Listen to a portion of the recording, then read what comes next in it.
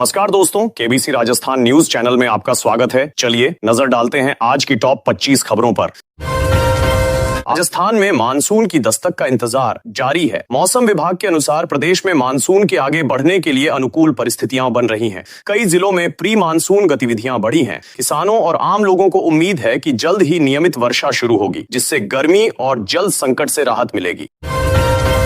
मुख्यमंत्री भजनलाल शर्मा आज पचपदरा रिफाइनरी का दौरा करेंगे। वह प्रस्तावित उद्घाटन कार्यक्रम की तैयारियों की समीक्षा करेंगे। अधिकारियों को सभी व्यवस्थाएं समय पर पूरी करने के निर्देश दिए गए हैं। यह परियोजना राज्य के औद्योगिक विकास, रोजगार सृजन और ऊर्जा क्षेत्र को नई दिशा देने वाली महत्वपूर्ण परियोजनाओं में शामिल है।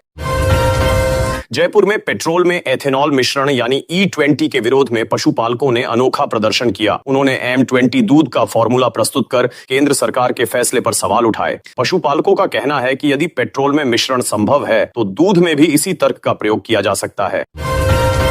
राजस्थान ATS ने जासूसी गतिविधियों के खिलाफ बड़ी कार्रवाई करते हुए शान नामक व्यक्ति को गिरफ्तार किया है। आरोप है कि वह पाकिस्तान को संवेदनशील सूचनाएं उपलब्ध कराने में शामिल था। सुरक्षा एजेंसियां उससे पूछताछ कर रही हैं और उसके सभी संपर्कों तथा गतिविधियों की विस्तृत जांच जारी है। राजस्थान से जुड़े एक मामले में बिहार के युवक को गिरफ्तार किया गया है। जांच एजेंसियों के अनुसार वह पाकिस्तान स्थित हैंडलर शहजाद को राज्य की खुफिया जानकारियां साझा कर रहा था। सुरक्षा एजेंसियां नेटवर्क के अन्य सदस्यों की तलाश में जुटी हैं और मामले को राष्ट्रीय सुरक्षा से जोड़कर देखा जा रहा है।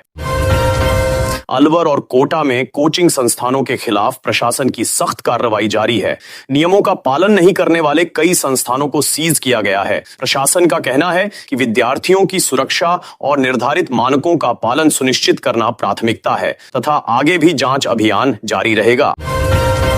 प्रधानमंत्री नरेंद्र मोदी आज आकाशवाणी पर अपने लोकप्रिय मासिक कार्यक्रम मन की बात के 135वें एपिसोड को संबोधित करेंगे। कार्यक्रम में विभिन्न सामाजिक विषयों, जनभागीदारी, नवाचार और देश भर की प्रेरणादायक कहानियों का उल्लेख किए जाने की संभावना है। लाखों श्रोता रेडियो और डिजिटल माध्यमों से इसे सुनेंगे। राजस्थान में पिछले 24 घंटों के दौरान सीकर, झुंझुनू और श्रीगंगानगर सहित कई जिलों में प्री मानसून बारिश दर्ज की गई। वर्षा के कारण मौसम सुहावना हुआ है और तापमान में गिरावट देखने को मिली है। किसानों को भी आगामी खरीफ फसलों की तैयारी के लिए अनुकूल संकेत मिलने लगे हैं।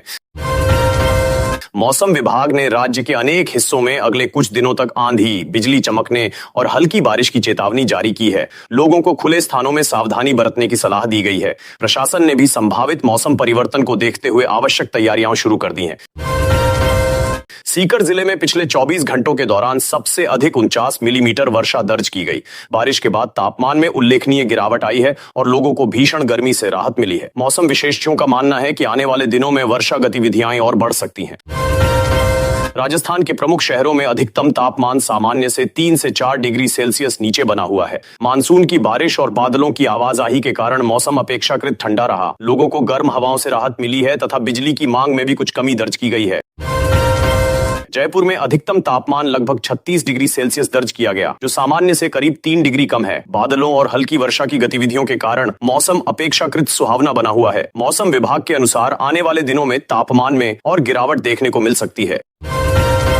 बीकानेर में अधिकतम तापमान लगभग 40 डिग्री सेल्सियस दर्ज किया गया। हालांकि यह पिछले सप्ताह की तुलना में काफी कम है। क्षेत्र में बादलों की आवाजाही और नमी बढ़ने से लोगों को राहत मिली है।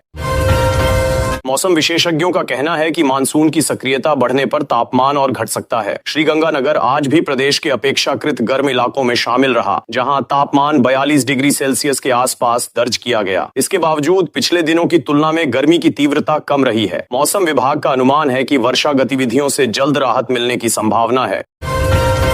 आसाराम को राजस्थान हाई कोर्ट से राहत मिली है। सुप्रीम कोर्ट से झटका मिलने के अगले दिन राजस्थान हाई कोर्ट ने इलाज के लिए आसाराम को 1 महीने का अतिरिक्त समय दे दिया। फिलहाल उनका इलाज जोधपुर में चल रहा है। राजस्थान में पेट्रोल 5 रुपए और डीजल 3 रुपए प्रति लीटर सस्ता कर दिया गया है। देश की एक बड़ी प्राइवेट फ्यूल कंपनी ने राजस्थान सहित सभी पेट्रोल पंपों पर यह फैसला लागू कर दिया है। श्रीगंगानगर में नाबालिग से दुष्कर्म के मामले के बाद प्रशासन ने कार्रवाई करते हुए 3 होटलों पर बुलडोजर चलाया। कार्रवाई सुबह तड़के की गई। राजस्थान पुलिस मुख्यालय ने प्रदेश भर में 100 पुलिस निरीक्षकों के तबादले किए हैं। यह आदेश अधिकारियों के आवेदन के आधार पर जारी किए गए हैं और तत्काल प्रभाव से लागू कर दिए गए हैं। करीब 20 साल पुराने पांचना जल विवाद का समाधान हो गया है। जयपुर में दोनों पक्षों के बीच समझौता हुआ, जिसके बाद 6 जुलाई तक बांध का पानी छोड़ा जाएगा। इससे लंबे समय से चला आ रहा विवाद समाप्त होने की उम्मीद है। भीलवाड़ा में ऑनलाइन गेमिंग की लत के चलते एक महिला ने घर से 13 लाख रुपए चुरा लिए। पुलिस पूछताछ में पूरे मामले का खुलासा हुआ। राजस्थान हाई कोर्ट ने राजस्थान क्रिकेट एसोसिएशन की एडहॉक कमेटी को तत्काल प्रभाव से निलंबित कर दिया है। साथ ही गृह सचिव को अस्थायी प्रभारी नियुक्त किया गया है। एसआई भर्ती 2021 पेपर लीक मामले में एसओजी ने कोचिंग संचालक समेत 2 आरोपियों को गिरफ्तार किया है। आरोप है कि दोनों ने अभ्यर्थियों को सॉल्व पेपर उपलब्ध कराया था। तेल कंपनियों ने 19 किलो वाले कमर्शियल एलपीजी गैस सिलेंडर की कीमत में 183 रुपए 50 पैसे की कटौती की है। वहीं घरेलू गैस सिलेंडर की कीमतों में फिलहाल कोई बदलाव नहीं किया गया है। राजस्थान में ई मित्र व्हाट्सएप सेवा शुरू कर दी गई है। अब निर्धारित नंबर पर हाय भेजकर घर बैठे 27 सरकारी सेवाओं का लाभ लिया जा सकेगा। जयपुर आगरा हाईवे पर स्थित राजा धोक और सिकंदरा टोल प्लाजा पर नई दरें लागू कर दी गई हैं। अब कार, जीप और वैन का टोल 80 रुपए से बढ़ाकर 85 रुपए कर दिया गया है। नई योजना के तहत अब ग्रामीण परिवारों को साल में 100 दिनों की जगह 125 दिन रोजगार मिलेगा। वहीं न्यूनतम मजदूरी 300 रुपए प्रतिदिन निर्धारित की गई है।